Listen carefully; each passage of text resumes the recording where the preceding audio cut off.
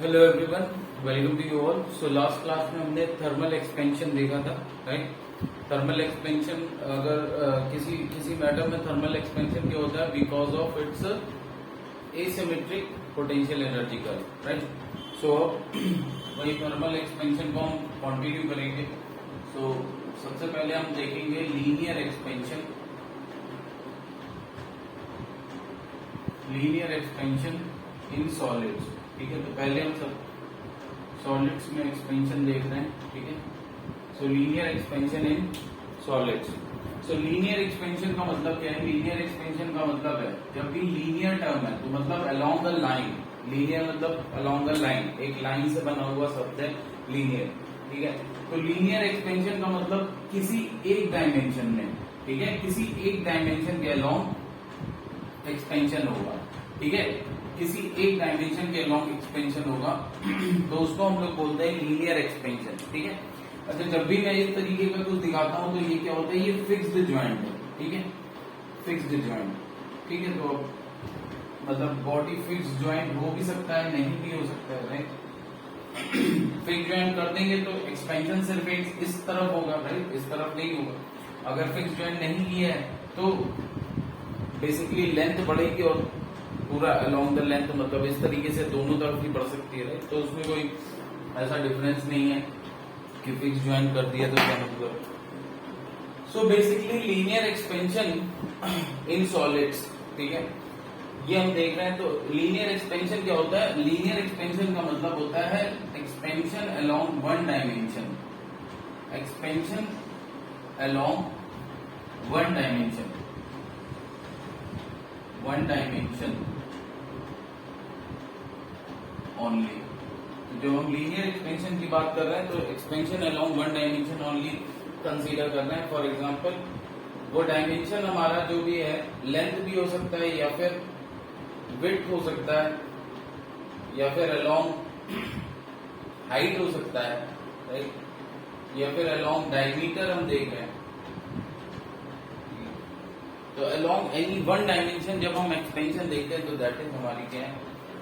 Linear expansion. वो हमारा क्या हो जाएगा? वो हमारा लीनियर एक्सपेंशन हो जाएगा, ठीक है। तो अब देखिए, अगर इनिशियली इस ऑब्जेक्ट की लेंथ L0 है, ठीक है, और अगर हम इसका टेम्परेचर चेंज करते हैं by amount delta T, delta T by an amount delta T, हमने इसका टेम्परेचर क्या करा है? चेंज किया है। चेंज में कुछ भी हो सकता है, हीट भी, आप हीट भी कर सकते हैं, आप कूल भी कर सकते हैं इसको। तो आपने इसका amount by an amount delta T, इसका जो है टेम्परेचर चेंज किया है, राइट। तो अब देखिए, एक्सपेरिमेंटली ये ऑब्जर्व किया गया कि ऑब्वियसली इसकी कुछ लेंथ बढ़ जाएगी, ठीक है। क्यों लेंथ बढ़ती है? हमने देखा है कि इसके पार्टिकल्स में एनर्जी आ जाती है, राइट। चलिए वो डिस्कस करेंगे अभी थोड़ी देर में, ठीक है। तो एक्सपेरिमेंटली ऑब्जर्व किया गया कि इसकी लेंथ कुछ इंक्रीज हो जाएगी, कुछ अमाउंट से इसकी लेंथ इंक्रीज हो जाएगी। और ये जो इंक्रीज इन लेंथ है, this is directly proportional to the change in temperature, ठीक है, and this is directly proportional to the original length. ये जो इंक्रीज इन लेंथ है, it is directly proportional to the change in temperature है। तो अगर इसको मैं कंबाइन करके लिखूं तो मैं लिख सकता हूं कि delta L is directly proportional to L0 into delta T, ठीक है। और जब प्रोपोर्शनैलिटी कांस्टेंट आएगा, अब जब इक्वालिटी साइन लगेंगे तो प्रोपोर्शनैलिटी कांस्टेंट आता है अल्फा, और ये वैल्यू हो जाता है अल्फा L0 डेल्टा टी, ठीक है। This is valid. ये जो एक्सपेंशन है, एक्सपेंशन या कॉन्ट्रैक्शन जो भी आप बोले इसको, अभी फिलहाल हमने एक्सपेंशन लिया है। तो ऑब्वियसली अगर देखिए यहाँ पर एक्सपेंशन या कॉन्ट्रैक्शन कैसे होगा? अगर डेल्टा टी पॉजिटिव है, डेल्टा टी पॉजिटिव है, देयरफॉर इसका मतलब क्या? डेल्टा टी मतलब change in temperature, T final minus T initial is greater then 0, therefore T final is greater then T initial. मतलब क्या है? हीटिंग, ठीक है, हीट कर रहे हैं। और अगर डेल्टा टी पॉजिटिव है तो यहाँ इस फॉर्मूले से निकल के आता है कि डेल्टा एल भी क्या होगा? वो भी ग्रेटर देन 0 होगा। तो L final minus L initial हमारा जो होगा right, L final will be greater than L initial, ठीक है, तो एक्सपेंशन हो रहा है, राइट। तो ऑब्वियसली जब हीट करेंगे किसी भी सॉलिड को तो वो एक्सपैंड करता है। एक्चुअली किसी भी मैटर को जब आप हीट करते हैं तो वो क्या होता है, एक्सपैंड करता है। अब अगर हम एक्सपेंशन अलोंग वन डायमेंशन देख रहे हैं अलोंग लेंथ ओनली, तो वो हमारा क्या हो जाएगा, लीनियर एक्सपेंशन, ठीक है। कॉन्ट्रैक्शन यही अगर उल्टा करिए, डेल्टा टी अगर नेगेटिव होगा तो that is T final is less than T initial आ जाएगा। ऐसा तभी होगा जब हम कूलिंग करेंगे, ठीक है, तो डेल्टा एल भी लेस देन 0 हो जाएगा इस फॉर्मूले के अकॉर्डिंग, और कॉन्ट्रैक्शन होगा उस केस में, right.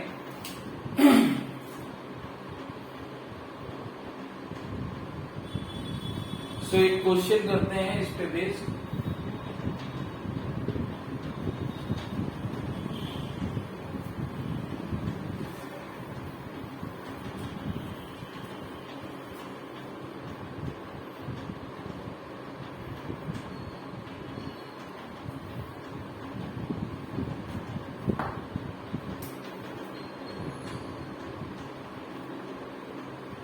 Estimate the time lost or gained by a pendulum clock. Estimate the time lost or gained by a pendulum clock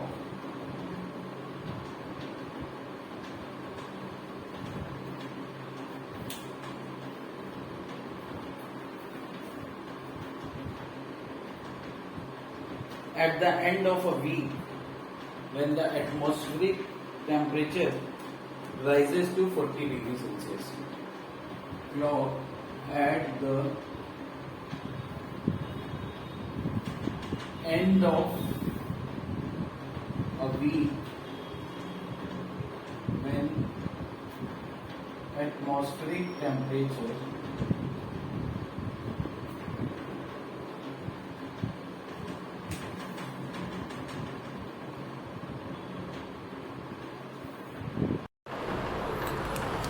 so when atmospheric temperature is 40 degrees Celsius, when atmospheric temperature rises to 40 degree Celsius, right,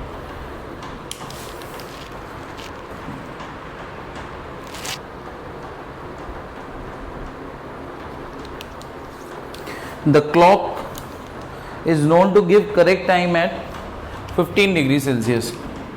The clock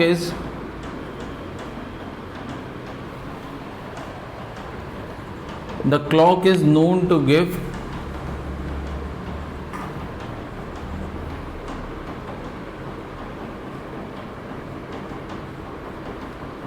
correct time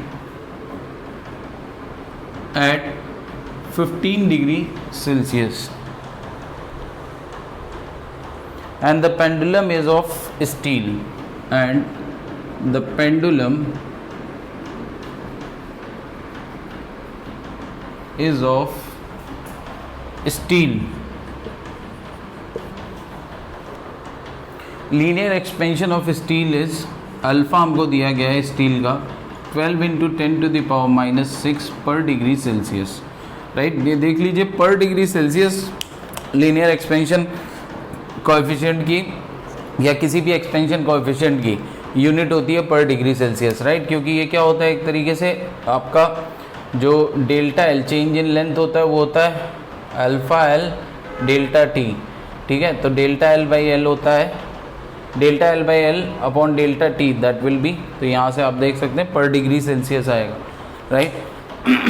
तो एक तरीके से expansion coefficient है क्या, expansion coefficient आपको बताता है कि अगर 1 डिग्री सेल्सियस टेम्परेचर चेंज करेंगे तो what will be the fractional change in the length, right, delta L by L.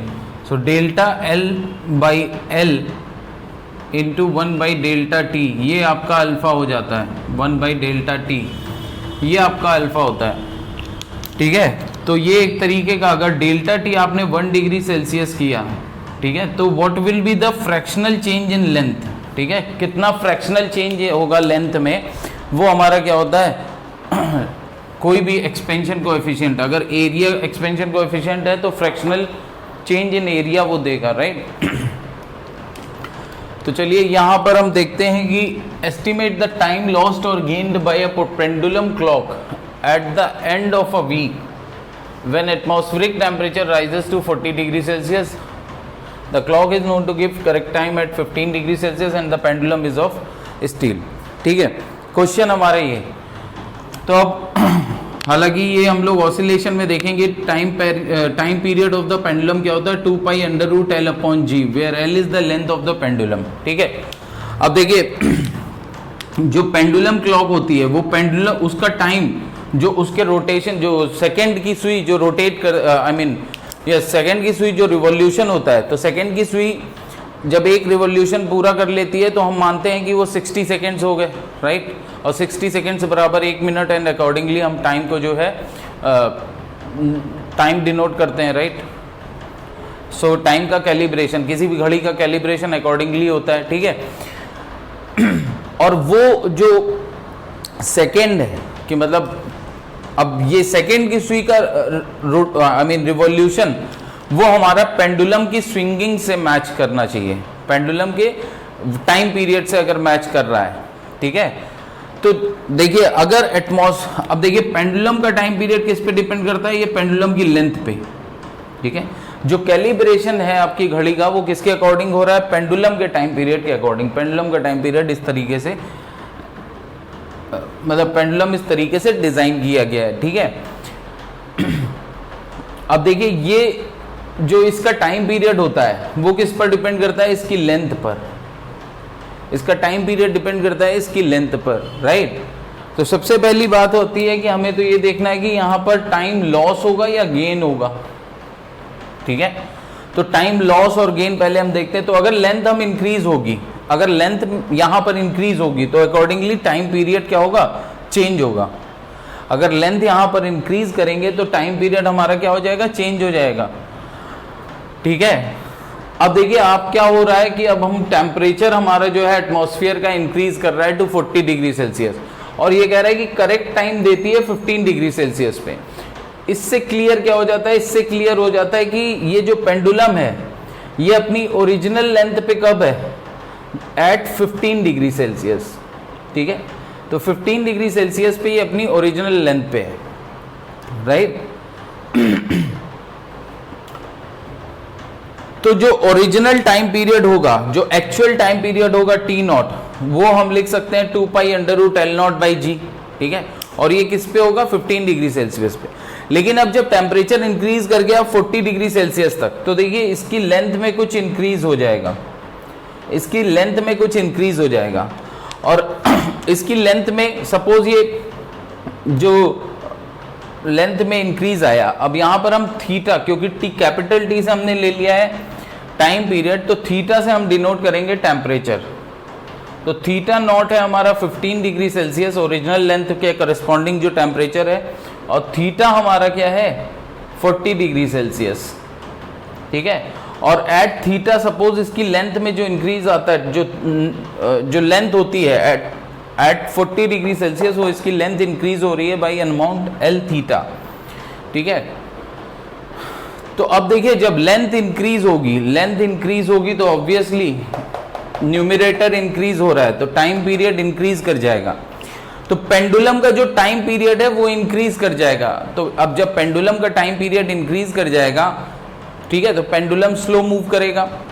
Accordingly जो आपकी सेकेंड वाली सुई है वो भी स्लो मूव करने लगेगी। ठीक है, तो अब देखिए जो 1 सेकेंड जितनी जल्दी होना चाहिए अब उतनी जल्दी नहीं होगा, थोड़ा लेट होगा, क्योंकि सेकेंड की सुई क्या है, स्लो हो गई है, उसकी स्पीड क्या हो गई, स्लो हो गई है, राइट। अब उसकी स्पीड अगर स्लो हो गई है तो टाइम क्या होगा, टाइम लॉस होगा धीरे धीरे। ठीक है ना, आपकी घड़ी क्या हो जाएगी, लेट हो जाएगी। ठीक है, तो टाइम लॉस्ट होगा, यहाँ पे गेन नहीं होगा। टाइम गेन कब होगा, जब टेम्परेचर डिक्रीज होगा और लेंथ डिक्रीज होगी। ठीक है, तो पहले क्लियर है कि टाइम लॉस्ट होगा। अब हमसे पूछा गया है पूरे वीक में कितना टाइम लॉस हो जाएगा। ठीक है, एक वीक के एंड में घड़ी कितना लेट हो चुकी होगी, कितने मिनट या कितने सेकेंड ये लेट टाइम दे रही होगी, दैट इज द क्वेश्चन। तो अब ऑब्वियसली देखिए हमको यहाँ पर क्या करना है, हमको सबसे पहले हम क्या निकाल लेंगे, fractional decrease in time period. ठीक है, सबसे पहले हम क्या निकाल लेंगे, fractional decrease in time period. Fractional decrease का मतलब क्या होता है कि एक सेकेंड में कितना टाइम लॉस हो रहा है, फ्रैक्शनल लॉस इन टाइम। ठीक है, एक सेकेंड में कितना लॉस हो रहा है। ठीक है, और फिर हम पूरे वीक में जितने सेकेंड्स होते हैं उससे मल्टीप्लाई कर देंगे, राइट।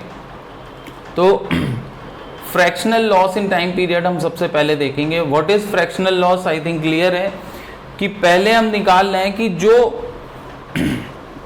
ओरिजिनल टाइम पीरियड है, ठीक है ना, ओरिजिनल टाइम पीरियड के रेस्पेक्ट में कितना टाइम लॉस हुआ। ठीक है, तो एक्चुअली टाइम लॉस्ट पर सेकेंड आ जाएगा। ठीक है, नथिंग एल्स। फ्रैक्शन का मतलब क्या होता है, मतलब फ्रैक्शन का मतलब होता है कि हम कितना पार्ट ऑफ, फ्रैक्शन का मतलब होता है पार्ट ऑफ वन, तो एक का कितना पार्ट है, राइट। तो फ्रैक्शनल लॉस इन टाइम हम निकालना है, that means, sorry not time, yes, fractional loss in time, that is loss in 1 second, fractional loss in time that is loss in 1 second।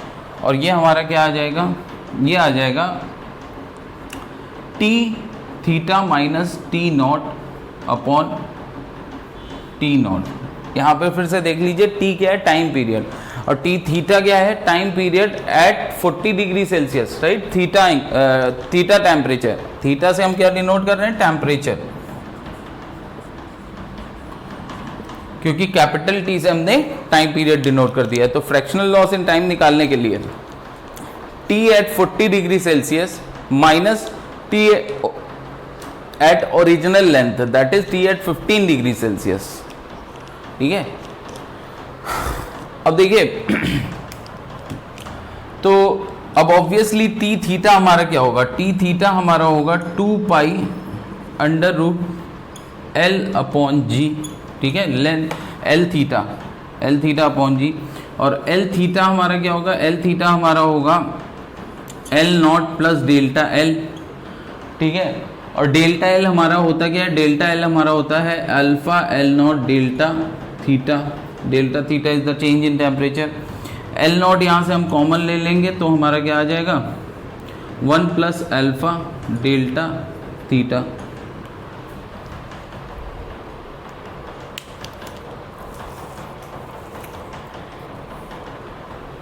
ठीक है, सो यहाँ से ये क्लियरली विजिबल है कि टी थीटा हमारा क्या हो जाएगा, 2 pi under root L not, ये एल थीटा है। ठीक है, तो एल थीटा की वैल्यू रख देंगे L naught 1 plus alpha delta theta upon g.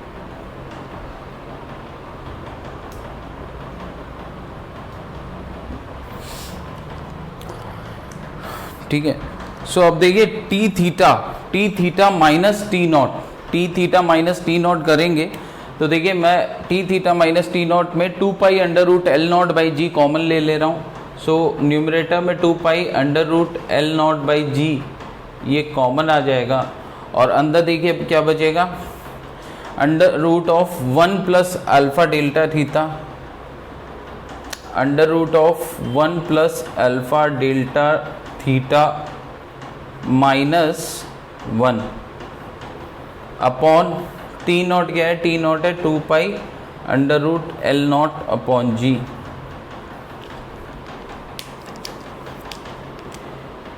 ये कैंसिल हो गया। सो आपका जो फ्रैक्शनल चेंज आया वो आया under root 1 plus alpha delta theta minus 1।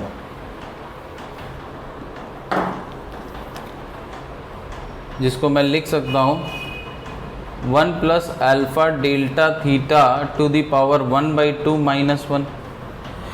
अब देखिए अल्फा की वैल्यू क्या है, अल्फा की वैल्यू है 12 इंटू 10 टू द पावर -6, तो alpha is very very small, ठीक है, अल्फा बहुत ही कम है, राइट। तो अगर मैं इसका बाइनोमियल एक्सपेंशन करूं, इस पूरे का मैं अगर बाइनोमियल एक्सपेंशन करूं, ऊपर जो पावर हाफ है इसका पूरे का अगर मैं बाइनोमियल एक्सपेंशन करूं, तो देखिए ये सेकंड टर्म तक बस रुक जाएगा, क्योंकि उसके आगे जो अल्फा की पावर बढ़ती जाएगी, ठीक है ना, उसके आगे जो अल्फा की पावर बढ़ती जाएगी वो वैल्यूज़ क्या होंगी, नेग्लिजिबल हो जाएंगी, राइट। वो वैल्यूज़ नेग्लिजिबल हो जाएंगी क्योंकि alpha is already very small, और इसकी पावर आप जितना बढ़ाते रहेंगे तो 10 टू द पावर -6 ये और क्लोज टू 0 जाता जाएगा, राइट। तो इसलिए हम सिर्फ सेकेंड टर्म तक इसका एक्सपेंशन करेंगे, binomial expansion up till second term, ठीक है, इस पूरे का binomial expansion till second term. तो वो देखिए वो क्या आ जाएगा, 1 plus alpha delta theta by 2 minus 1, ये 1 गया, ये आता है आपका अल्फा डेल्टा थीटा बाई 2। तो ये हमारा क्या आ गया, फ्रैक्शनल लॉस इन टाइम।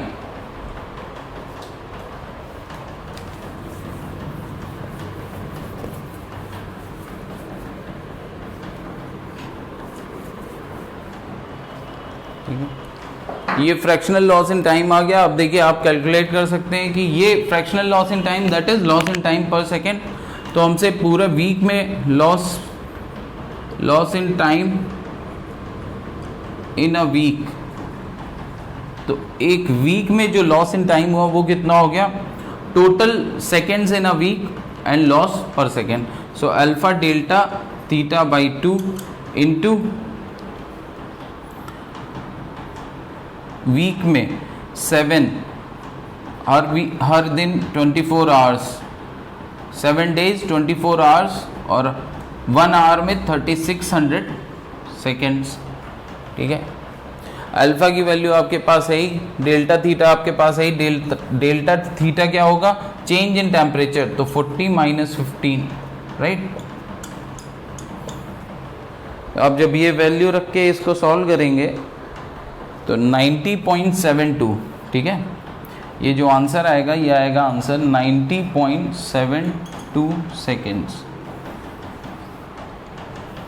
ये आपका आंसर हो जाएगा।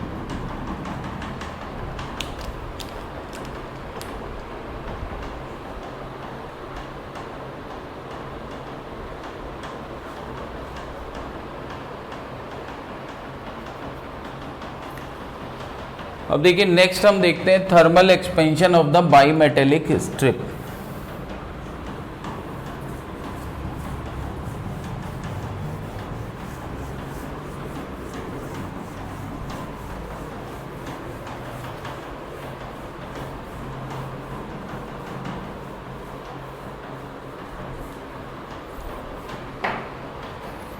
Thermal expansion of bimetallic strip.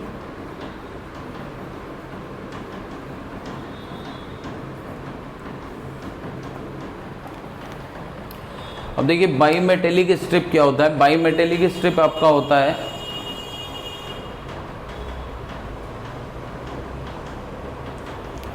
Bimetallic strip आपका क्या होता है कि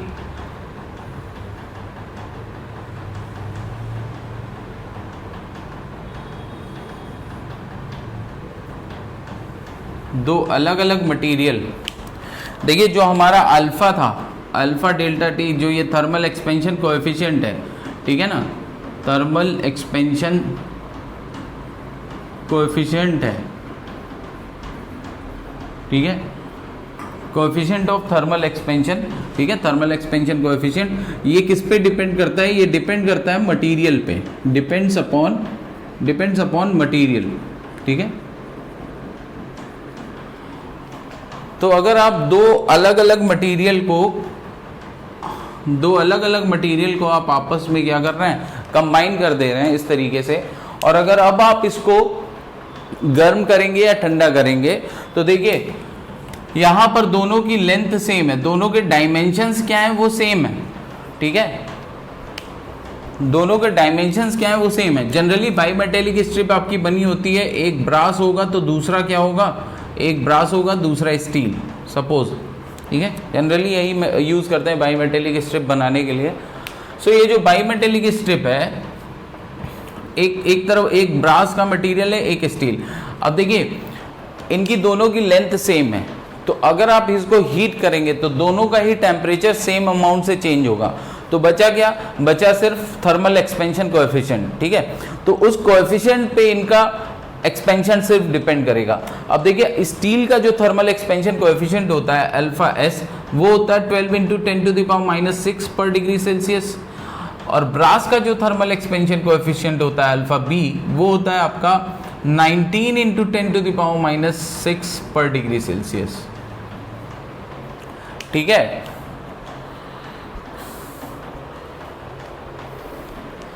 तो अब ऑब्वियसली कि ब्रास में एक्सपेंशन ज्यादा होगा। ठीक है, अगर ये दोनों अलग अलग होते तो ब्रास में एक्सपेंशन ज्यादा होता और स्टील में एक्सपेंशन कम होता। ठीक है, अगर ये दोनों ज्वाइंट ना होते तो ब्रास में एक्सपेंशन क्या होता? ज्यादा होता, और स्टील में एक्सपेंशन क्या होता? कम होता। ठीक है, लेकिन अब क्योंकि ये दोनों ज्वाइन हैं एक दूसरे से, ठीक है, तो क्या होगा? दोनों थोड़ा सा इस ज्वाइंट को तोड़े बिना क्या होगा? ये थोड़ा सा क्या करेंगे? कॉम्प्रोमाइज करेंगे। जो स्टील में कम एक्सपेंशन होता, अगर ये इंडिविजुअली हीट किया जाता सेम अमाउंट ऑफ टेम्परेचर से, ठीक है, टेम्परेचर डिफरेंस सेम अमाउंट रखा जाता, तो अगर स्टील अलग होता, मतलब इंडिविजुअली अगर इसको हीट करते तो ये कुछ अमाउंट इसमें इंक्रीज होता इसकी लेंथ में। ब्रास में ऑब्वियसली ज्यादा होगा क्योंकि इसका थर्मल कोएफिशिएंट ऑफ एक्सपेंशन ज्यादा है। ठीक है, तो लेकिन अब क्योंकि ये जॉइंट को मेंटेन करने के लिए क्या करेंगे? ये दोनों कॉम्प्रोमाइज करेंगे, और ये ब्रास जितना एक्सपैंड होता उससे कम एक्सपैंड होगा, और स्टील जितना एक्सपैंड होती उससे ज्यादा एक्सपैंड हो जाएगी थोड़ा। ठीक है, लेकिन अल्टीमेटली जो भी एक्सपेंशन ब्रास में होगा वो ज्यादा ही होगा। ठीक है, I mean length of the brass वो ज्यादा इंक्रीज होगी, और स्टील की जो लेंथ है वो उसमें इंक्रीज कम होगा। अब इस दोनों चीज को, और ये जॉइंट भी नहीं टूटना चाहिए।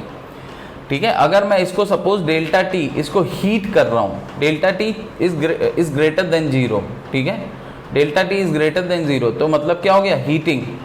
ठीक है, अगर हम इसकी हीटिंग कर रहे हैं तो ऑब्वियसली ब्रास में जो इंक्रीज आएगा लेंथ में वो ज्यादा होगा, और स्टील में जो इंक्रीज आएगा लेंथ में वो कैसा आएगा?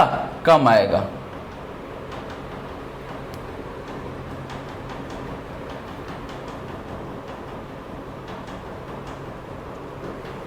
ठीक है, स्टील में जो इंक्रीज आएगा लेंथ में वो कम आएगा, लेकिन ये जॉइंट भी इनको मेंटेन रखना है। तो इस चीज को एकोमोडेट करने के लिए भाई ये एक नेचुरली ये क्या हो जाएंगे? ये बेंड हो जाएंगे, ये कर्व फॉर्म में बेंड हो जाएंगे।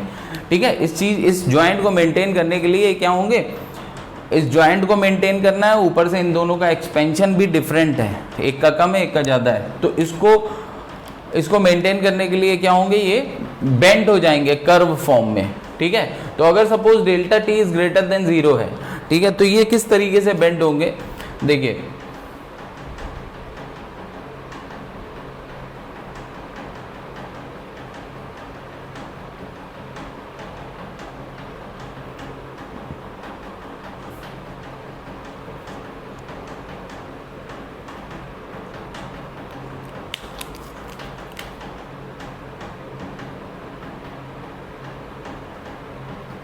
ठीक है, जहां पर ये क्या है? ये है स्टील, ये क्या है? ब्रास। अब ऑब्वियसली देखिए ब्रास की लेंथ ज्यादा होगी, है ना, क्योंकि ब्रास में इंक्रीज क्या होगा? ज्यादा होगा, तो ब्रास की लेंथ क्या हो जाएगी? ज्यादा हो जाएगी। ठीक है,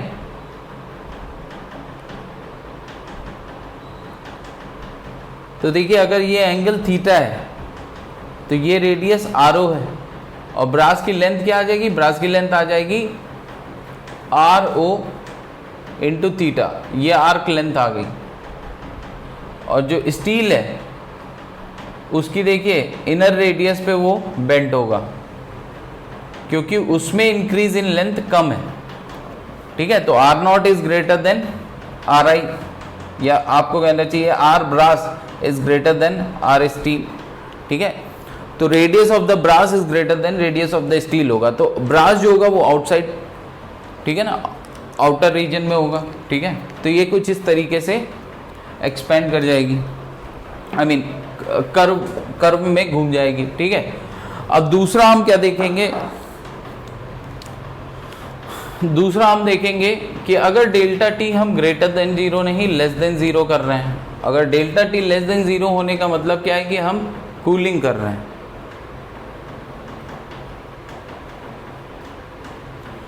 तो अगर मैं कूलिंग कर रहा हूं तो देखिए क्या होगा। अब इस केस में जो अल्फा बी है ब्रास का, अगर थर्मल कोएफिशिएंट ऑफ ब्रास ज़्यादा है तो ऑब्वियसली थर्मल कोएफिशिएंट ज़्यादा होने का मतलब है कि चेंज इन टेम्परेचर का इफेक्ट चेंज इन डायमेंशन में कितना होगा, ठीक है ना।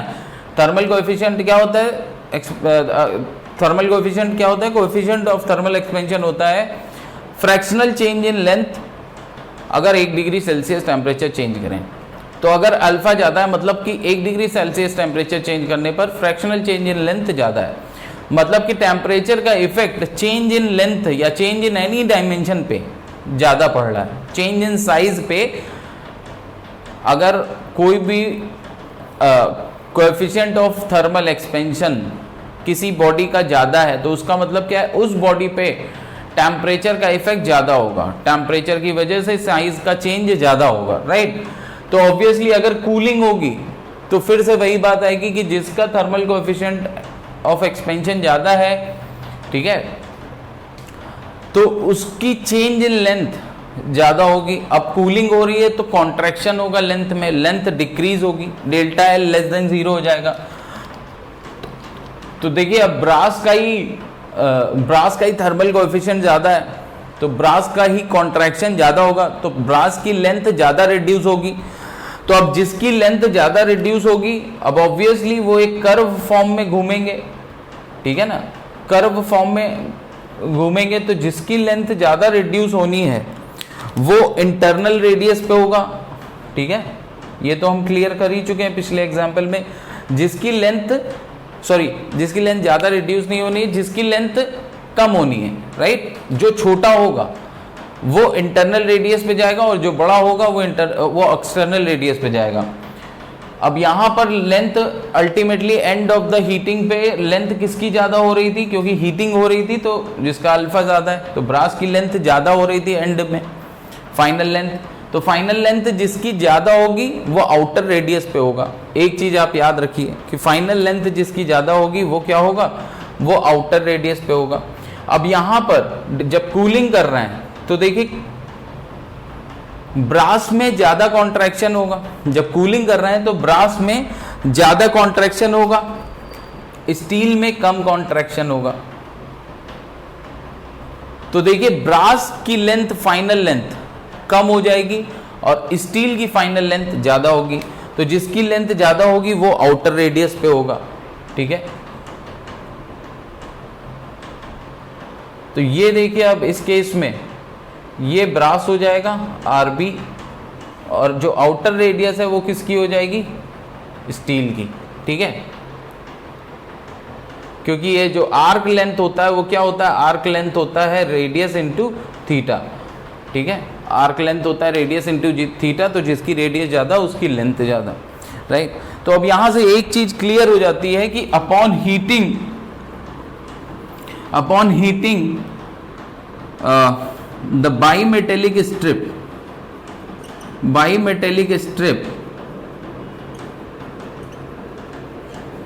bends towards, हीट करेंगे तो बाईमेटेलिक स्ट्रिप किस तरफ बेंड होगी, bimetallic strip bends towards material of lower thermal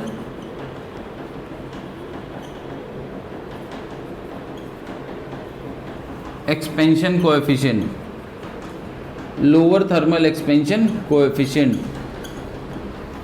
ठीक है। और इस तरफ देखिए, इस तरफ क्या होगा, bimetallic strip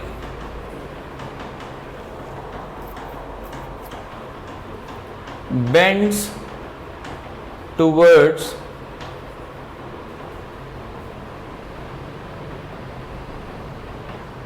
material of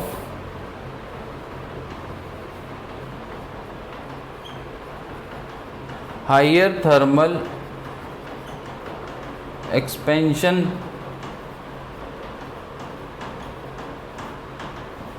coefficient.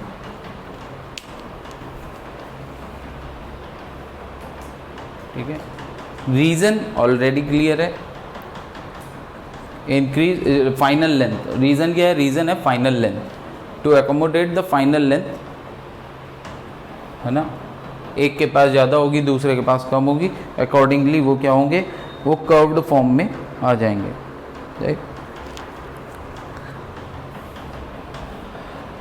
अब देखिए नेक्स्ट हम देखते हैं एरिया एंड वॉल्यूम एक्सपेंशन.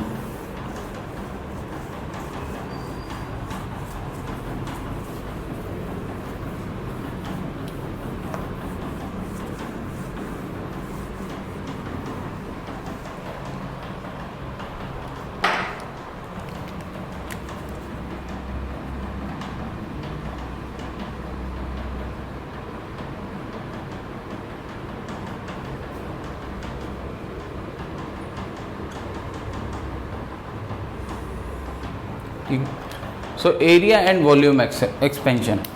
देखिए अगर कोई बॉडी प्लेन लैमिना फॉर्म में, प्लेन लैमिना मतलब जिसके 2D body, right, 2D body, lamina मतलब जिसके पास सिर्फ एरिया हो, वॉल्यूम ना हो, राइट. सो 2D बॉडी की बात कर रहे हैं, प्लेन लैमिना.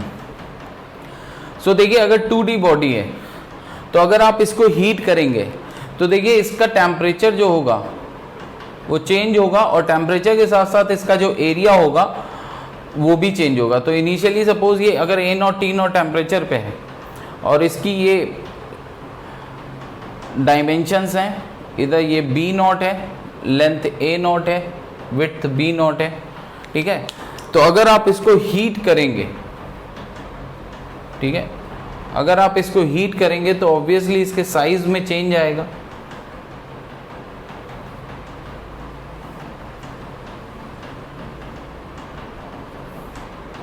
तो सपोज ये A ये B हो जाता है और इसका एरिया A हो जाता है और टेम्परेचर T हो जाता है, ठीक है.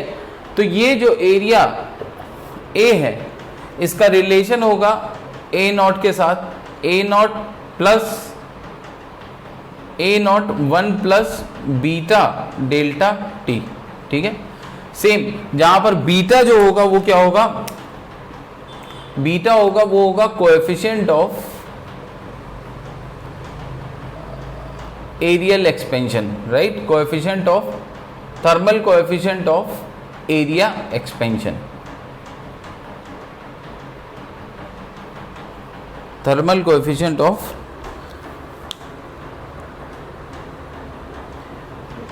Sorry area coefficient of thermal expansion, right. Area coefficient of, वो था linear coefficient of thermal expansion, ये है area coefficient of thermal expansion, ठीक है. हमारा एक्सपेंशन कैसा है? थर्मल एक्सपेंशन है, उसका एरिया कोएफिशिएंट ये बीटा है, ठीक है. अब देखिए हम बीटा और अल्फा में रिलेशन देख रहे हैं, ठीक है, बीटा और अल्फा में रिलेशन देखने जा रहे हैं. तो अब देखिए यहाँ पर ये A0 है, ये B0 है, तो कैपिटल A0 क्या हो जाएगा? A0 B0. अब यहाँ पर देखिए जो ये इंक्रीज इन लेंथ आया है A, वो मैं क्या लिख सकता हूँ? A0 1 plus alpha delta T, right. A0 plus delta A, और डेल्टा A क्या हो जाएगा? Alpha A0 delta T. तो वहाँ से ये आ गया A0 1 plus alpha delta T. और B को मैं क्या लिख सकता हूँ? B को मैं लिख सकता हूँ B0 1 plus alpha delta T, ठीक है.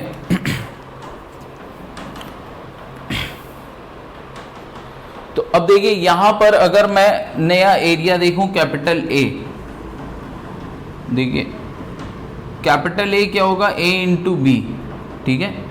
A इंटू बी क्या हो जाएगा? A0, ठीक है, B0 मल्टीप्लाई कर देंगे तो A0 B0 और 1 प्लस अल्फा डेल्टा T का whole square,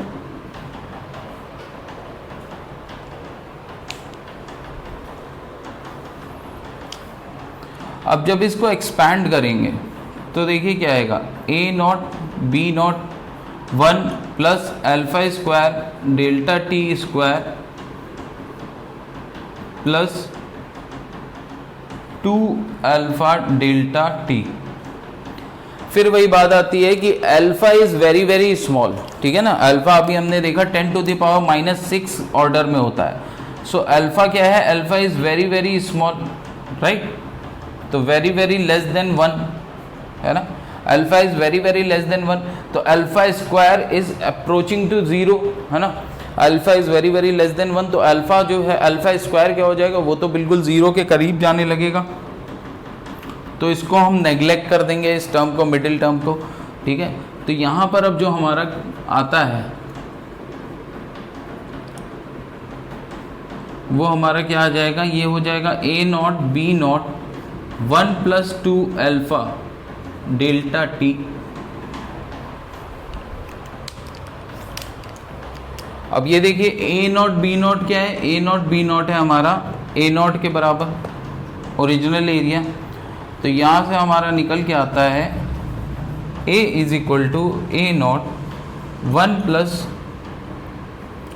2 alpha delta T.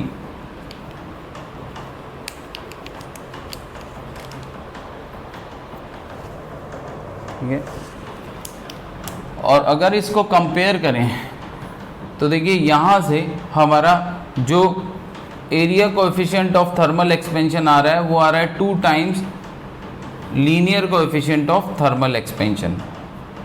Area coefficient of thermal expansion जो आ रहा है वो हमारा क्या आ रहा है, linear coefficient of thermal expansion. But यहाँ पर एक ध्यान देने योग्य बात यह है कि इसके पीछे हमने कंडीशन है, कुछ 2 कंडीशन है इसके पीछे बिहाइंड दिस। ये हमने जो अभी लिख दिया है ये रिलेशन, इस रिलेशन को लिखने के लिए हमारे पास जो 2 कंडीशन है या 2 एजम्पशन भी बोल सकते हैं आप, बेसिकली वो कंडीशंस ज़्यादा कही जाएंगी। तो ये कंडीशंस क्या है, अभी आपने देखा कि हमने अल्फा की वैल्यू बहुत ही स्मॉल ली है, ठीक है ना। अल्फा की वैल्यू स्मॉल लेने का मतलब क्या है कि आपने हीटिंग भी स्मॉल कर रहे हैं, ठीक है। अल्फा की वैल्यू स्मॉल होने का मतलब है कि सबसे पहले तो देखिए अल्फा क्या होता है कि अगर 1 डिग्री सेल्सियस टेम्परेचर चेंज किया तो चेंज इन लेंथ कितना हुआ, ठीक है। तो जो ये चेंज इन लेंथ है, अल्फा अगर स्मॉल है तो फ्रैक्शनल चेंज इन लेंथ भी बहुत छोटा छोटा होगा। तो जो चेंजेस होते हैं जब कम कम होते हैं उस केस को हम लोग बोलते हैं स्टेडी प्रोसेस, ठीक है। क्यों, अभी हम लोग जब थर्मोडायनेमिक्स पढ़ेंगे तो स्टेडी प्रोसेस की बहुत इंपॉर्टेंस है, क्योंकि स्टेडी प्रोसेस ऐसे प्रोसेस होते हैं जिनकी एनालिसिस बहुत इजी होती है, जिनकी एनालिसिस एक्चुअली की जा सकती है। जो प्रोसेस एकदम से होते हैं, एब्रप्ट होते हैं, उनकी एनालिसिस नहीं की जा सकती, वो थ्रू आउट द पाथ उनका मोशन नहीं देखा जा सकता, ठीक है, कि कैसा जा रहा है। मोशन मीन टू से थ्रू आउट द पाथ उनकी एनालिसिस नहीं की जा सकती अगर वो एक प्रॉपर्टी या एक स्टेट से दूसरी स्टेट में मूव कर रहे हैं, ठीक है। तो दैट्स वाई अल्फा स्मॉल होने का एक ये भी इंपॉर्टेंस है कि जो प्रोसेस है वो स्टेडी हो रहा है, ठीक है। अब देखिए जब अच्छा इवन जो हम ये वाला इक्वेशन लिखते हैं या जो हम ये वाला इक्वेशन लिखते हैं कि delta L is equal to alpha L delta T, ये यहाँ पर भी हम लोग जो चेंज इन टेम्परेचर लेते हैं, ये जो चेंज इन टेम्परेचर है दिस इज वेरी स्मॉल, है ना, वेरी लेस। क्योंकि एकदम से आप चेंज इन टेम्परेचर करेंगे तो भाई सॉलिड लिक्विड में भी कन्वर्ट हो सकता है, डायरेक्टली सब्लाइमेशन भी हो सकता है, ठीक है। तो वो तो ऑब्वियसली हमारा एक अजम्पशन है ही है कि डेल्टा टी जो है वो भी हमने स्मॉल, ठीक है। ये सब जो प्रोसेस हम कर रहे हैं ये सब किसके लिए है, for small change in temperature, ठीक है। तो सबसे पहली कंडीशन ये हो गई ये वाला रिलेशन लिखने के लिए कि जो आपका अल्फा है वो क्या है, अल्फा इज स्मॉल, ठीक है, एंड कांस्टेंट टू, कांस्टेंट भी होना चाहिए। ये नहीं हीट करने के साथ साथ अल्फा की वैल्यू चेंज हो रही है और फिर अल्फा इंक्रीज हो जाएगा, मतलब अल्फा की वैल्यू चेंज हो रही है और अकॉर्डिंगली सपोज अल्फा की वैल्यू बढ़ जाती है, ठीक है, तो फिर ये वाली कंडीशन मीट नहीं करेगी। तो alpha is small and constant, ठीक है। And second is very important, isotropic. I think isotropic आपको क्लियर होगा कि अगर मटेरियल क्या है, मटेरियल इज आइसोट्रोपिक, ठीक है। सो आइसोट्रोपिक मटेरियल होना चाहिए। आइसोट्रोपिक का मतलब क्या होता है? आइसोट्रोपिक का मतलब होता है कि जो चेंज इन प्रॉपर्टी है that is constant with respect to any dimension, ठीक है। सपोज ये हमारा जो लैमिना है, अगर हमारा जो इसकी प्रॉपर्टीज हैं, नॉट चेंज इन प्रॉपर्टी, आप प्रॉपर्टीज समझिए, जो इसकी प्रॉपर्टीज हैं वो आप किसी भी डायरेक्शन में मूव करें तो वो सेम रहें। प्रॉपर्टीज अगर किसी मटेरियल की डायरेक्शन के अकॉर्डिंग चेंज ना हो, ऐसे मटेरियल को हम क्या बोलते हैं? Isotropic material. बेसिकली मतलब प्रॉपर्टीज किस पे डिपेंड करती हैं? केमिकल बॉन्ड्स पे, है ना, शेप पे, क्रिस्टल फॉर्म है कि राइट, आपकी जो लैटिस पे, लैटिस अरेंजमेंट पे, राइट, केमिकल बॉन्डिंग पे, sp2 sp3। सपोज इस तरफ आपकी केमिकल बॉन्डिंग अगर किसी मटेरियल में sp2, इस तरफ sp3 हो गया, राइट, या फिर इवन केमिकल जो बॉन्ड लेंथ है वो इधर ज़्यादा है, इधर कम हो गई, तो अकॉर्डिंगली प्रॉपर्टीज क्या हो जाएंगी? वो चेंज हो जाएंगी डायरेक्शन के हिसाब से, ठीक है। तो हम वो चीज़ नहीं कंसीडर कर रहे हैं, हम क्या कंसीडर कर रहे हैं कि आइसोट्रोपिक मटेरियल है, किसी भी डायरेक्शन में प्रॉपर्टीज क्या है? सेम है, ठीक है। इसका इम्प्लीकेशन हमने कहाँ देखा? इसका इम्प्लीकेशन अभी हमने देखा था कि अल्फा किस पे डिपेंड करता है? अल्फा डिपेंड करता है हमारा मटेरियल पे, मटेरियल की प्रॉपर्टी है। अब देखिए जो हमने बी के लिए लिखा, B not 1 plus alpha delta T, तो यहाँ पे भी जो थर्मल एक्सपेंशन कोएफिशिएंट है इस डायरेक्शन में चेंज इन लेंथ के लिए या फिर चेंज इन डायमेंशन के लिए, किस डायरेक्शन में? वर्टिकल डायरेक्शन में। वर्टिकल डायरेक्शन में चेंज इन डायमेंशन के लिए थर्मल कोएफिशिएंट हमने अल्फा लिया। हॉरिजॉन्टल डायरेक्शन में चेंज इन डायमेंशन के लिए भी हमने थर्मल कोएफिशिएंट अल्फा लिया। वो किस लिए लिया? क्योंकि इस वजह से, अगर हॉरिजॉन्टल आइसोट्रोपिक ना होता तो हो सकता है हॉरिजॉन्टल डायरेक्शन में प्रॉपर्टीज अलग होती, वर्टिकल डायरेक्शन में अलग होती, और अकॉर्डिंगली फिर अल्फा की वैल्यू दोनों के लिए अलग अलग होती। तो ऐसा नहीं, हमने सेम लिया। So this is also another condition, right.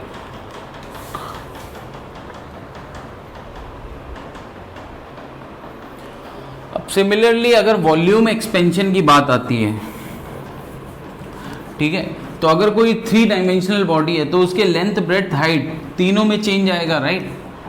तो वो एक रिलेशन निकल के आएगा वहाँ से सिमिलरली कि अगर हम फाइनल वॉल्यूम देखें तो original volume 1 plus gamma delta T लिख सकते हैं, जस्ट लाइक दिस, ठीक है। तो वॉल्यूम एक्सपेंशन में हम क्या कर सकते हैं? फाइनल वॉल्यूम कुछ इस तरीके से लिख सकते हैं, जहां पर ये गामा क्या होगा? गामा होता है वॉल्यूम कोएफिशिएंट ऑफ या volumetric coefficient of thermal expansion, volumetric coefficient of thermal expansion या फिर volume coefficient of thermal expansion, ठीक है। और ये गामा और अल्फा में रिलेशन क्या होता है? Gamma is equal to 3 alpha, ठीक है। लेंथ, ब्रेड्थ, हाइट तीनों के अलोंग जो है चेंजेस आएंगे। So gamma is equal to 3 alpha and the conditions, all the conditions, ठीक है, जो कि पिछले वाले रिलेशन के लिए वैलिड थी वो यहाँ पर भी वैलिड होंगी, राइट। अब नेक्स्ट हमारे पास आता है कि एक कंफ्यूजन होता है कि अगर सपोज किसी सॉलिड बॉडी में इंटरनल होल है तो अगर उसको हीट किया जाए तो होल का साइज इंक्रीज होगा कि डिक्रीज होगा, राइट। अगर सॉलिड बॉडी में इंटरनल होल है तो अगर उसको बेसिकली हीट किया जाए, ठीक है, रिवर्स ऑल्सो ट्रू कि अगर उसको जो है ठंडा किया जाए तो क्या होगा? उसका होल के साइज में इंक्रीज होगा कि डिक्रीज होगा, राइट। तो देखिए सपोज ये कोई होल्ड बॉडी है, यहाँ पर ये मटेरियल है सिर्फ, ठीक है। तो ये कंफ्यूजन नहीं होना चाहिए कि सपोज अगर मैं इसको हीट कर रहा हूँ, ठीक है, सपोज मैं इसका टेम्परेचर इंक्रीज कर रहा हूँ, हीट कर रहा हूँ, तो इंक्रीज करने पे क्या होता है? बेसिकली सारे पार्ट्स दूर दूर जाएंगे, लेंथ या फिर बेसिकली अगर हम देखें कि अलोंग एनी पेरीफेरी तो सरकमफेरेंस हर पार्ट का इंक्रीज होगा, राइट।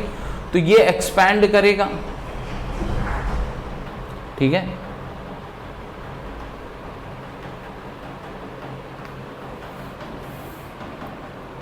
ये पूरा पार्ट एक्सपैंड करेगा, राइट। और क्योंकि ये एक्सपैंड करेगा तो देखिए ये जो इंटरनल पार्ट है ये एक्सपेंशन करेगा तो ये क्या अंदर नहीं आने लगेगा, ठीक है ना। ये एक्सपैंड करेगा तो इसका मतलब ये अंदर थोड़े आने लगेगा, ये तो कॉन्ट्रैक्शन होगा। आप इस तरीके से समझिए कि अगर मैं एक कॉन्सेंट्रिक सर्कल्स बनाऊं, कई सारे कॉन्सेंट्रिक सर्कल्स बनाऊं, तो इन पे प्रेजेंट हर मॉलिक्यूल क्या होंगे, आपस में दूर दूर जाएंगे, ठीक है। तो हर कॉन्सेंट्रिक सर्कल जो ये सर्कल दिख रहे हैं, इनका सर्कमफेरेंस क्या होगा, बढ़ेगा, ठीक है। ये एक्सपैंड करेंगे, ऐसा कब होगा, तभी हो सकता है जब ये एक्सपैंड करें, ठीक है। बेसिकली जब हम हीट करेंगे तो इनकी काइनेटिक एनर्जी मॉलिक्यूल्स की इंक्रीज करेगी।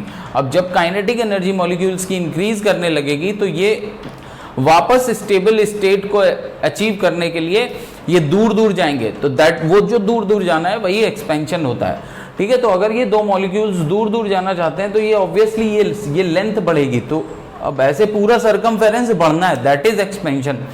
तो ये सारी लेयर्स जो हैं ये बाहर की तरफ एक्सपैंड करेंगी, तभी ये डिस्टेंस बढ़ेगी पार्टिकल्स के बीच की।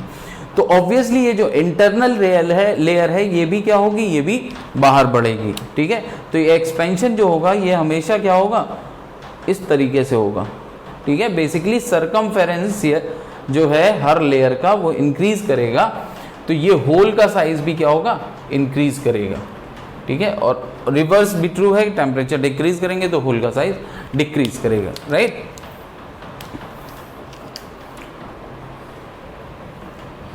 अब नेक्स्ट हम आते हैं थर्मल स्ट्रेस पे।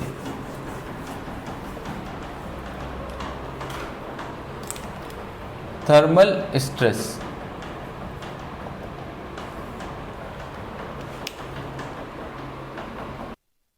तो थर्मल स्ट्रेस समझने से पहले हमको क्या समझना होगा, थर्मल स्ट्रेन। थर्मल स्ट्रेन क्या होता है, तो देखिए अगर हमारा कोई सपोज स्पेसिमेन है जिसकी ओरिजिनल लेंथ क्या है, ओरिजिनल लेंथ है हमारी L0, राइट।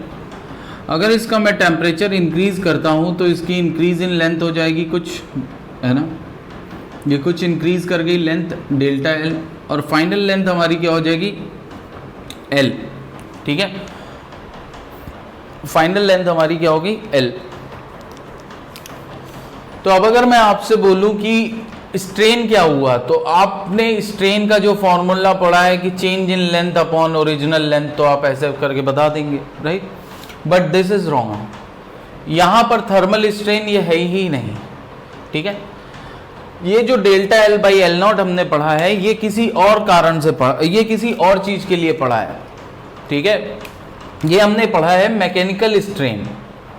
मैकेनिकल स्ट्रेन में हम क्या करते थे, हम एज्यूम करते थे कि ये अगर इसकी ओरिजिनल लेंथ L0 है, ठीक है, ये हम मैकेनिकल स्ट्रेन की बात कर रहे हैं कि जब हमने मैकेनिकल स्ट्रेन पढ़ा था तो वहां पर हमने क्या करा था, बेसिकली ये हमने फोर्स कुछ लगाया था और इस फोर्स की वजह से क्या हो रहा था, इसमें कुछ चेंज आ रहा था, ठीक है। इस फोर्स की वजह से, इस एक्सटर्नल फोर्स की वजह से यहां कुछ चेंज आ रहा था डेल्टा L, लेंथ में चेंज आ रहा था डेल्टा L। और ये जो लेंथ में चेंज आ रहा था, change in length delta L, इसकी वजह से जो सारे मॉलिक्यूल्स थे, इसकी वजह से जो सारे मॉलिक्यूल्स थे वो क्या हो जा रहे थे, वो स्ट्रेन्ड पोजीशन में आ रहे थे। मतलब सारे मॉलिक्यूल्स में एक अब फ्री स्टेट में नहीं रह गए थे, अब इक्विलिब्रियम स्टेट में नहीं रह गए थे। ओरिजिनली ये L0 लेंथ तक जब थे तब ये इक्विलिब्रियम स्टेट में थे, बट हमने जब डिफॉर्मिंग फोर्स F लगाया तो उसकी वजह से क्या हुआ, इनकी बॉन्ड लेंथ इंक्रीज हुई और ये इनको वापस इक्विलिब्रियम में लाने के लिए एक रीस्टोरिंग फोर्स लगने लगा। हमने देखा था उस रीस्टोरिंग की फोर्स की वजह से इसमें कुछ एनर्जी आ जाती है, हर मॉलिक्यूल की एनर्जी इंक्रीज हो जाती है, पोटेंशियल एनर्जी, ठीक है। तो हाईली एनर्जेटिक स्टेट में आ जाते हैं, किसकी वजह से, इस चेंज इन लेंथ की वजह से ये हाईली एनर्जेटिक स्टेट में आ जाते हैं, स्टेबल स्टेट में नहीं रहते हैं। और L0 वो लेंथ थी जिसमें इक्विलिब्रियम स्टेट में थे पार्टिकल्स, इक्विलिब्रियम स्टेट में थे पार्टिकल्स, ठीक है। कहने का मतलब जब फ्री स्टेट में थे पार्टिकल्स, तो वो हमारी यहां पर तो ऑब्वियसली जब इक्विलिब्रियम स्टेट या फ्री स्टेट में थे पार्टिकल, तब इस पर स्ट्रेन क्या था, जीरो। जब ये फ्री इक्विलिब्रियम स्टेट या फ्री स्टेट में थे पार्टिकल्स, तो इसमें स्ट्रेन क्या था, जीरो था। स्ट्रेन किसकी वजह से आया, हाईली एनर्जेटिक स्टेट में पार्टिकल चले गए, इसलिए उनके ऊपर स्ट्रेन आ रहा है। वो अब फ्री स्टेट में नहीं है, उनके ऊपर नेट फोर्स है। नेट फोर्स मीन टू से कि एक इंटरनल फोर्स लग रहा है जिसकी वजह से उनकी एनर्जी इंक्रीज हो गई है, राइट। वो अब स्टेबल पोजीशन में नहीं है, right.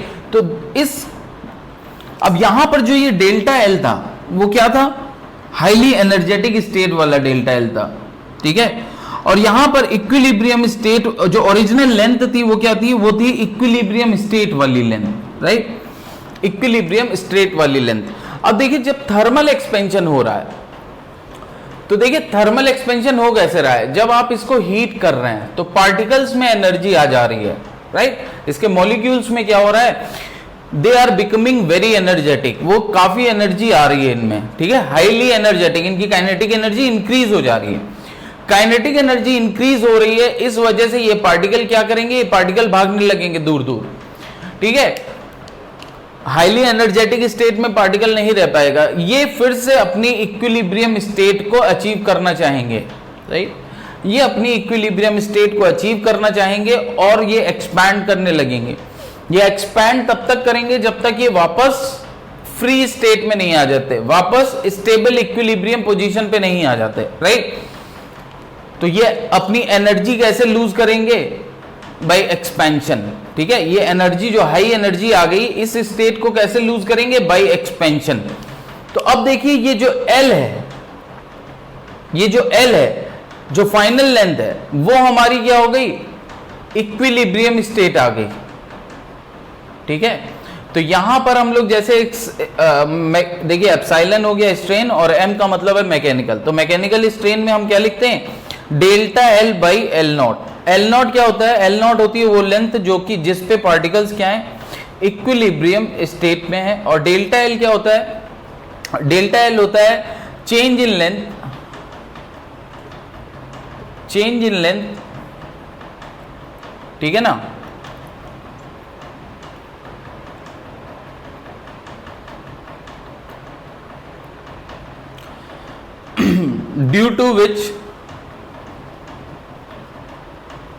due to which particles are in energetic state।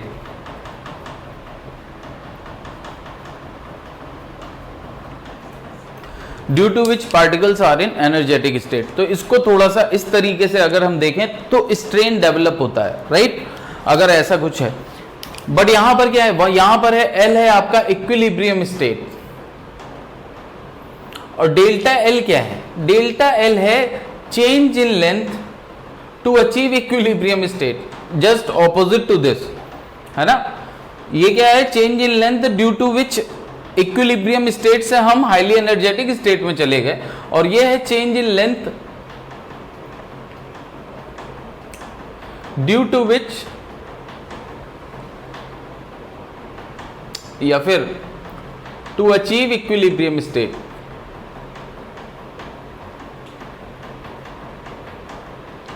Equilibrium state. तो आई थिंक यहां से क्लियर है कि यहां पर स्ट्रेन होगा ही नहीं, क्योंकि ये वापस किस में आ रहा है, फाइनली ये इक्विलिब्रियम स्टेट में आ जा रहा है। तो ये होता है हमारा फ्री एक्सपेंशन, ठीक है, जब आपने फ्रीली इसको अलाउ किया है टू एक्सपैंड, ठीक है, फ्री एक्सपेंशन। अब देखिए एक्सपेंशन अगर मैं बोल रहा हूं तो इसका मतलब ये नहीं कि अगर आप टेम्परेचर कम करेंगे तो कॉन्ट्रैक्शन होगा, ठीक है ना। तो मतलब अगर ये फ्री है to expand and contract to whatever length it wants to achieve equilibrium state, ठीक है, फ्री है वहां तक एक्सपेंशन या कॉन्ट्रैक्शन के लिए जहां तक इसको अचीव करना है इक्विलिब्रियम स्टेट। तो कभी भी इसमें फाइनल स्टेट क्या होगी, इक्विलिब्रियम स्टेट, और इक्विलिब्रियम स्टेट में जो मॉलिक्यूल्स हैं वो क्या होंगे, स्टेबल पोजीशन पे, एनर्जेटिक होंगे, नहीं तो स्ट्रेन जीरो होगा, ठीक है। तो भले आपको यहाँ पर डेल्टा एल दिख रहा है, चेंज इन लेंथ दिख रहा है, बट स्ट्रेन क्या होगा, फ्री एक्सपेंशन में स्ट्रेन जीरो होगा, और जब स्ट्रेन जीरो होगा तो स्ट्रेस भी जीरो होगा, क्योंकि स्ट्रेस स्ट्रेन में क्या रिलेशन होता है, we know, modulus of elasticity, है ना, हुक्स लॉ, ठीक है। तो थर्मल स्ट्रेन आता कब है? देखिए थर्मल स्ट्रेन कब आएगा,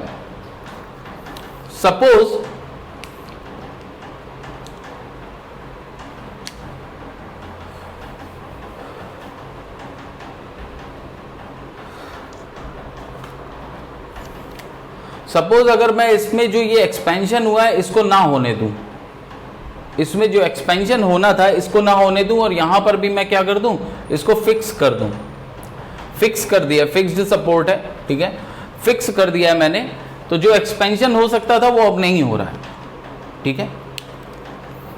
तो अब ये जो मॉलिक्यूल्स हैं इनको जब आप हीट करेंगे तो ये वापस अपनी हाईली एनर्जेटिक स्टेट में आ जाएंगे, ये हाईली एनर्जेटिक स्टेट में आ जाएंगे, ठीक है। और इक्विलिब्रियम स्टेट इनकी होगी क्या, इक्विलिब्रियम स्टेट होगी इनकी फाइनल लेंथ एल, ठीक है, इक्विलिब्रियम स्टेट इनकी क्या होगी, ये फाइनल लेंथ एल, ठीक है। तो अगर मैं जैसे mechanical epsilon M mechanical strain लिखता हूं, ठीक है ना, मैकेनिकल स्ट्रेन लिखता हूं, ठीक है, तो फ्री एक्सपेंशन की बात हमारी हो गई है। अब देखिए अब हमने क्या कर दिया, अब हमने इसको रेस्ट्रिक्ट फ्रीली एक्सपेंड नहीं होने दे रहे हैं, हम यहाँ पर क्या कर रहे हैं, इसको रोक दे रहे हैं, ठीक है। तो अब देखिए यहाँ पर जो एप्सिलॉन एम आएगा, यहाँ पर एप्सिलॉन एम क्या था, ऊपर चेंज इन लेंथ था, वो चेंज इन लेंथ जिसकी वजह से स्ट्रेन डेवलप हो रहा था, एनर्जेटिक स्टेट में आ रहे थे, ठीक है, और ये था नीचे क्या था, इक्विलिब्रियम स्टेट वाली लेंथ थी। तो यहाँ पर अकॉर्डिंगली अगर हम बाई एनालॉगी, है ना, सेम सेंस से अगर हम यहाँ पर देखें तो यहाँ पर मॉलिक्यूल्स हाईली एनर्जेटिक स्टेट में क्यों आ रहे हैं, क्योंकि हम जो अमाउंट यहाँ पर उस वजह से स्ट्रेन में आ रहे हैं जो अमाउंट हम रेस्ट्रिक्ट कर रहे हैं चेंज इन लेंथ में, मतलब जो रेस्ट्रिक्ट कर रहे हैं लेंथ में चेंज होने से, ठीक है ना, मतलब कहीं ना कहीं हम लेंथ में चेंज नहीं होने दे रहे हैं, रेस्ट्रिक्शन प्रोवाइड कर रहे हैं टू इंक्रीज और डिक्रीज इन लेंथ, लेंथ में चेंज होने में हम बाहर से रेस्ट्रिक्शन इसको प्रोवाइड कर रहे हैं, होने नहीं दे रहे हैं। उस रेस्ट्रिक्शन की वजह से क्या हो रहा है, ये एनर्जेटिक स्टेट में हो जा रहे हैं और अपनी इक्विलिब्रियम स्टेट को अचीव नहीं कर पा रहे हैं, ठीक है। तो यहां पर जो थर्मल स्ट्रेन जो आता है वो आता है due to restriction in free expansion, due to restriction in, restriction मतलब ऑब्स्ट्रक्ट करना, रोकना, ना होने देना कोई चीज, right, restriction in free expansion,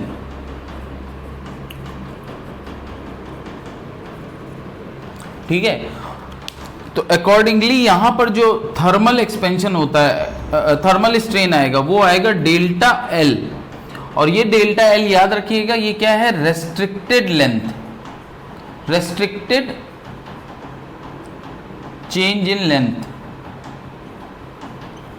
ठीक है, जितना होना चाहिए था उसमें से जो नहीं हुआ, that is restricted change in length, restricted change in length upon original length. अब यहां पर देखिए ओरिजिनल लेंथ एल होगी क्योंकि इक्विलिब्रियम स्टेट वाली लेंथ होती है, राइट, ओरिजिनल लेंथ, तो ये बेसिकली हो जाएगा delta L upon L plus delta L, sorry L not plus delta L, L not original है। अब देखिए डेल्टा एल हमारा क्या होता है, डेल्टा एल हमारा होता है alpha L not delta T, alpha L not delta T होता है डेल्टा एल, ठीक है। तो देखिए अल्फा की वैल्यू, अल्फा होता है very very small, very very less than 1, तो alpha L not delta T क्या हो जाएगा, ये very very less than delta L जो हो जाएगा that will be very very less than delta not, oh sorry L not original length से काफी छोटा हो जाएगा। तो हम यहां पर इसको नेग्लेक्ट कर देते हैं, ठीक है, इसलिए हमारा फॉर्मूला यहां से क्या आ जाता है, इसलिए हमारा फॉर्मूला यहां से आ जाता है epsilon T is equal to delta L upon L not. लेकिन एक्चुअली क्या होता है वो एक्सप्लेन कर दिया गया है, राइट, एक्चुअली क्या होता है वो एक्सप्लेन कर दिया गया है, जो नीचे जो हम एल लेते हैं वो ओरिजिनल लेंथ होती है, ठीक है। अगर सेम इसी प्रोसेस का हमको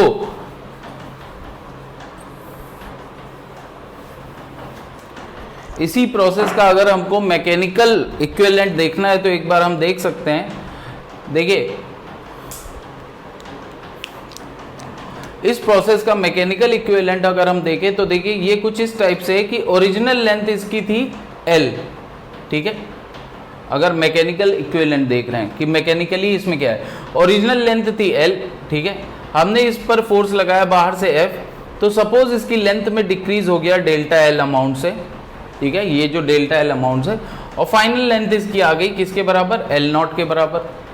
वही यहां पर हो रहा है, ठीक है, वही यहां पर हो रहा है, सिमिलर प्रोसेस। तो यहां पर जो स्ट्रेन डेवलप होगा वो क्या हो जाएगा, डेल्टा L अपॉन L0, ठीक है। अब यहां पर जो ये फोर्स F एक्सटर्नल लग रहा है, यहां पर वो फोर्स कौन प्रोवाइड कर रहा है, यहां पर वो फोर्स प्रोवाइड कर रही है ये वॉल, यहां पर वो फोर्स प्रोवाइड कर रही है ये वॉल। यहां पर भी आप एक फोर्स नहीं लगाते हैं, आपको पता है कि जॉइंट होता है तो दोनों तरफ से फोर्स लगता है, राइट। तो ये जो वॉल है ये फोर्स लगा रही है वो F, ठीक है। तो ये इसका मैकेनिकल इक्विवेलेंट है, राइट। तो सिंपल है कि ये तो हमें समझने के लिए था। अब सिंपल क्या है, सिंपल हमको ये याद रखना है कि ऊपर हमारी क्या होता है, रेस्ट्रिक्टेड चेंज इन लेंथ, जितना चेंज इन लेंथ हमने नहीं होने दिया है उसकी वजह से आता है थर्मल स्ट्रेन, ठीक है। तो अब देखिए यहां पर हमारा अगर हम देखें तो देखिए एप्सिलॉन टी हमारा क्या आ जाएगा, अगर हमारा कंप्लीटली रेस्ट्रिक्टेड है, कंप्लीटली रेस्ट्रिक्टेड, ये इंपॉर्टेंट है कि हमने फिक्स्ड सपोर्ट कर दिए हैं, बिल्कुल भी एक्सपेंशन नहीं होने दिया है, ठीक है। सो कंप्लीटली रेस्ट्रिक्टेड है,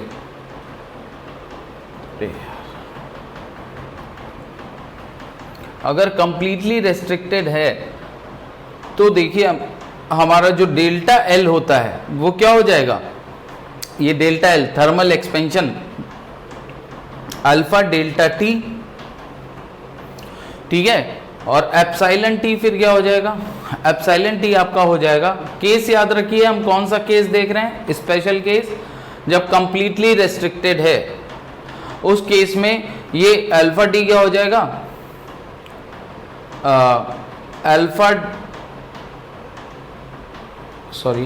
अल्फा L0 डेल्टा टी, ठीक है।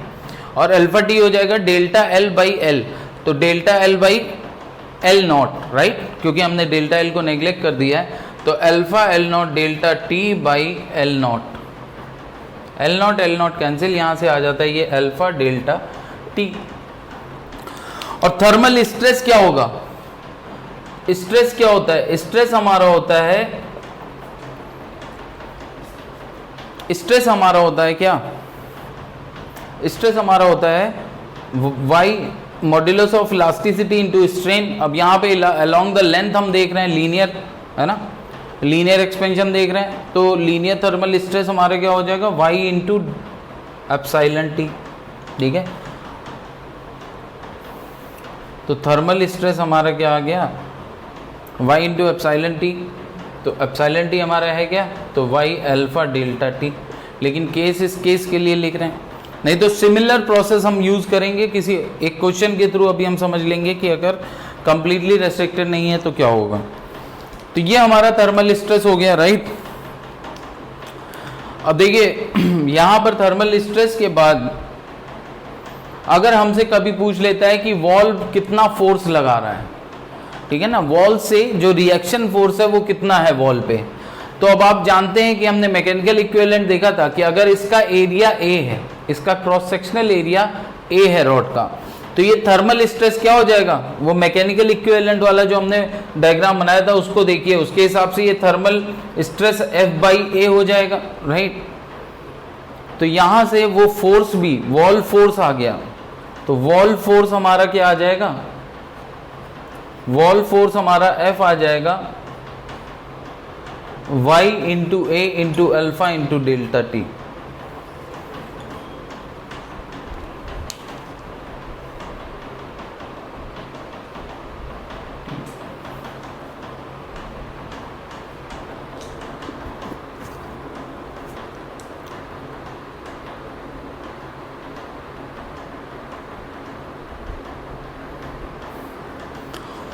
सो एक क्वेश्चन इस पे करते हैं। A rod of length 2 metre is at temperature of 20 degree Celsius.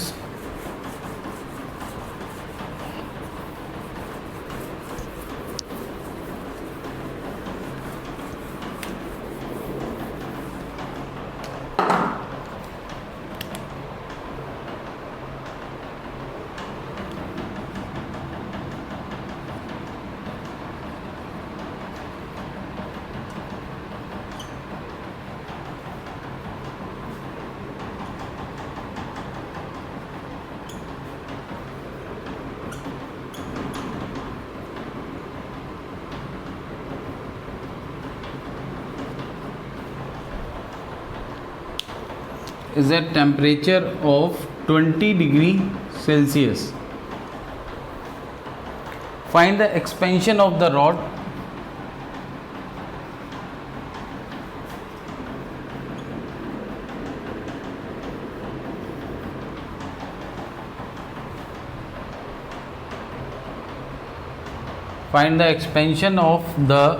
rod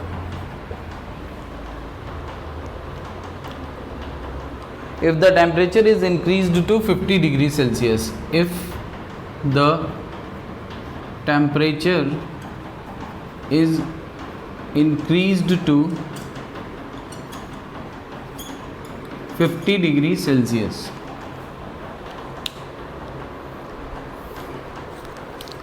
Find the temperature stresses produced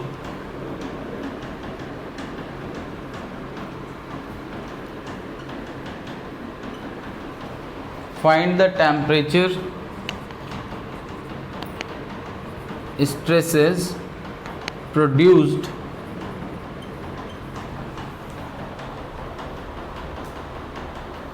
when the rod is fully prevented to expand. When the rod is fully prevented to expand.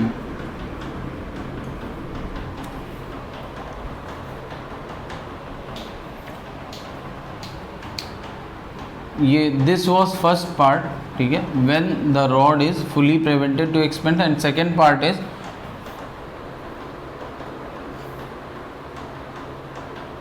permitted to expand by 0.4 mm. Permitted to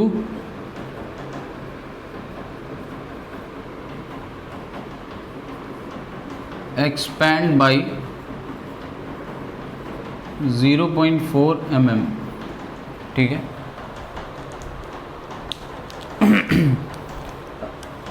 अब देखिए given क्या है, आपको Young's modulus की value दी गई है 2 × 10⁻11 Newton per metre square, और alpha देखिए दिया गया है 15 × 10⁻⁻6 पर डिग्री सेल्सियस।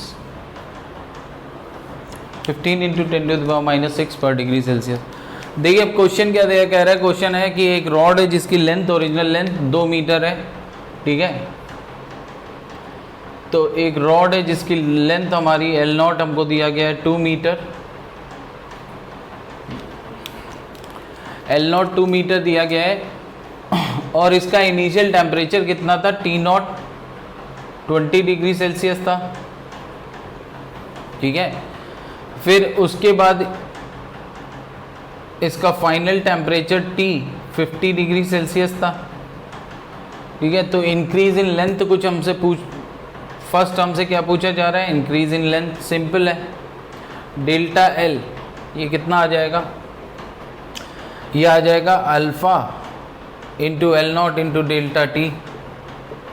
अल्फा कितना है 15 × 10⁻⁻6 इंटू L0, L0 कितना है 2, डेल्टा T कितना है 30, ठीक है। तो ये कितना हो जाएगा,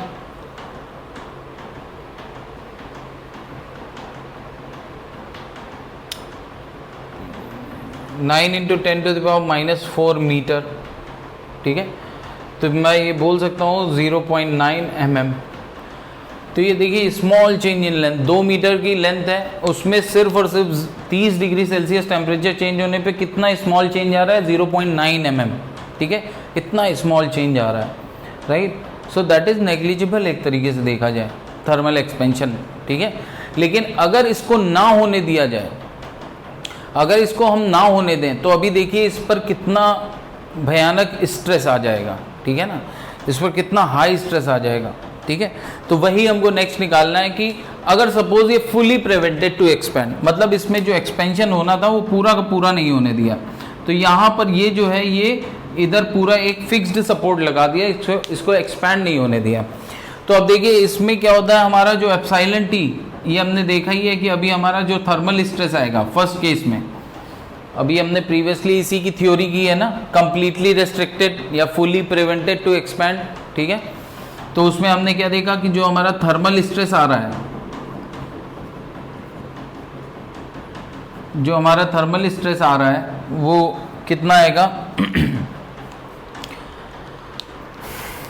थर्मल स्ट्रेस हम सिंपल ST लिखेंगे अब से, ठीक है। तो ST थर्मल स्ट्रेस, ये हमारा कितना आ रहा है, ये हमारा आ रहा था Y into alpha delta T, ठीक है, yes. Y into alpha delta T आ रहा था जब कंप्लीटली रेस्ट्रिक्टेड था, तो Y की वैल्यू क्या है, 2 into 10⁻11 into 15 into 10⁻⁻6 into delta T, what is delta T, 30, ठीक है। तो आप यहाँ से देख लीजिए, ये आएगा 9 इंटू 10⁻7, ठीक है, 9 into 10⁻7 newton per metre square, मतलब approximately 900 bar, not approximately, equal to 900 bar, ठीक है। तो 1 bar is equal to 10⁵ newton per metre square. तो 900 बार जो एटमॉस्फेरिक प्रेशर होता है वो अप्रोक्सीमेटली 1 बार होता है। तो 900 बार सोचिए कितना हाई प्रेशर है। फ्यूल पंप में होता है गाड़ियों के, उसमें भी कम होता है, ये बहुत हाई है, राइट, उसमें बहुत ही कम होता है इससे, ठीक है। अब देखिए सेकंड क्या है, सेकंड है आपका कि अगर हमने इसको permitted to expand by 0.4 mm, तो सपोज ये हमारा L0 था, ये हमारी L0 लेंथ थी, ठीक है, ओरिजिनल लेंथ। जब मैंने इसको हीट किया तो इसको जाना था यहाँ तक, फ्री इक्विलिब्रियम स्टेट पहुँचने के लिए इसको यहाँ तक जाना था, और यही डेल्टा L हमारा क्या है, ये डेल्टा L है हमारा 0.9 mm जो हमने अभी कैलकुलेट किया। तो ये फ्री स्टेट तब अचीव होती, लेकिन इसको हमने रेस्ट्रिक्ट कर दिया कहाँ पर, इसने अचीव कर लिया है, इसको हमने 0.4 mm, इसको हमने 0.4 mm अलाउ कर दिया।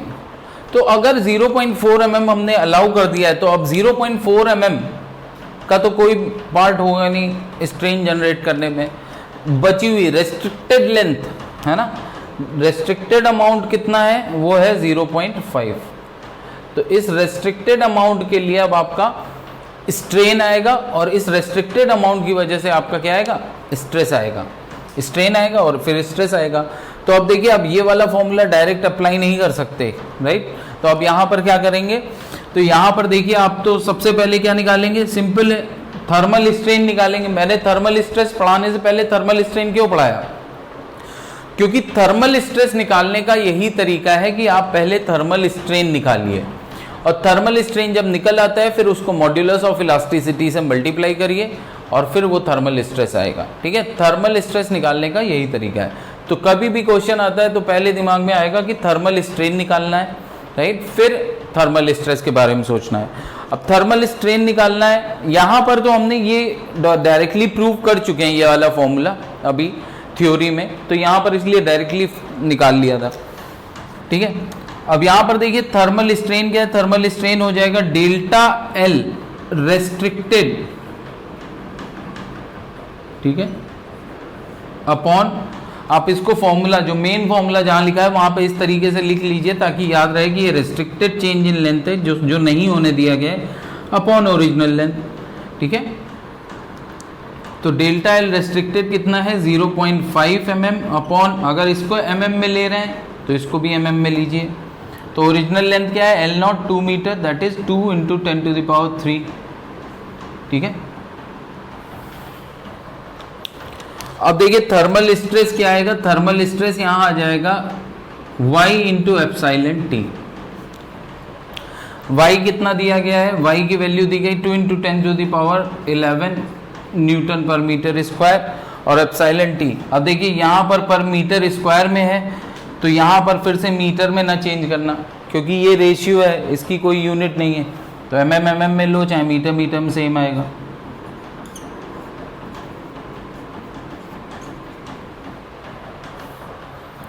टू से 2 कैंसिल, ये आएगा 5 × 10⁻7,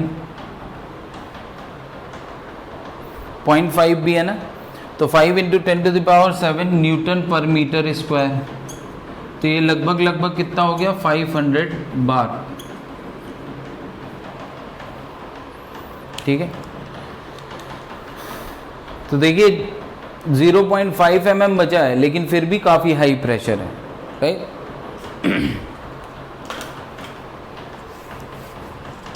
Pressure means stress, right? Nothing else. So that's it for today. Thank you very much.